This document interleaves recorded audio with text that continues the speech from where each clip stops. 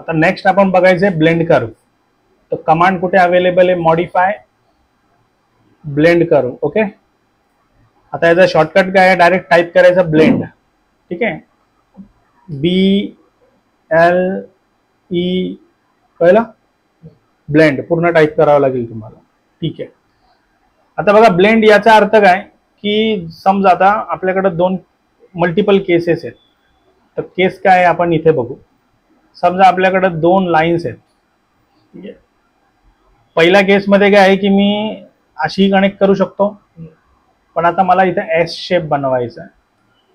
ठीक आहे, तेव्हा पहिल्या केसमध्ये मी कॉम्बिनेशन करतोय की दोन लाईन्स आहेत एस शेपमध्ये कनेक्ट झाल्या पाहिजे. नेक्स्ट कॉम्बिनेशन मध्ये काय आहे की वापस माझ्याकडे एक लाईन आहे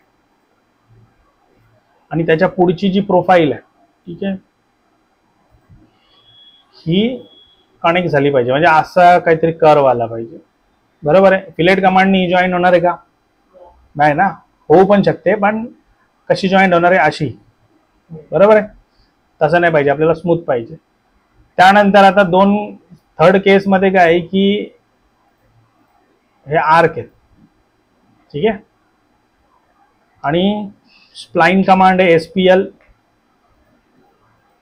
ठीक आहे, बघा ही एक स्प्लाइन कमांड आहे आणि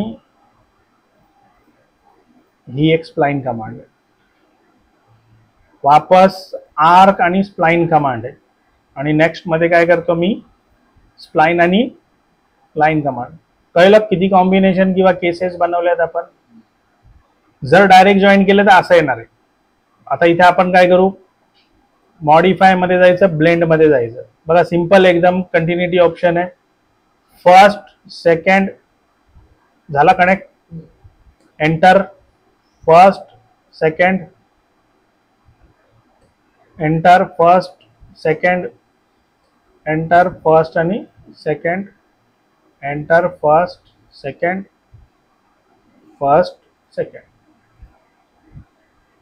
सी जिथे हा ऍड झालाय तिथून तुम्ही याला वापस ऍडजस्ट पण करू शकता. कळलं. बघा जॉमेट्रिकल शेप बनवायचे. हा इथे तुम्ही जसं याला लाईनला डिस्टर्ब करणार, बघा अंडू करतो मी. आता हा काय एकदम टँजेन्शियल जॉईंट झालाय, पण याला तुम्ही थोडाफार चेंज केला तर काय होणार, टँजेन्शियल राहतो का, पॉइंट कनेक्ट येणार.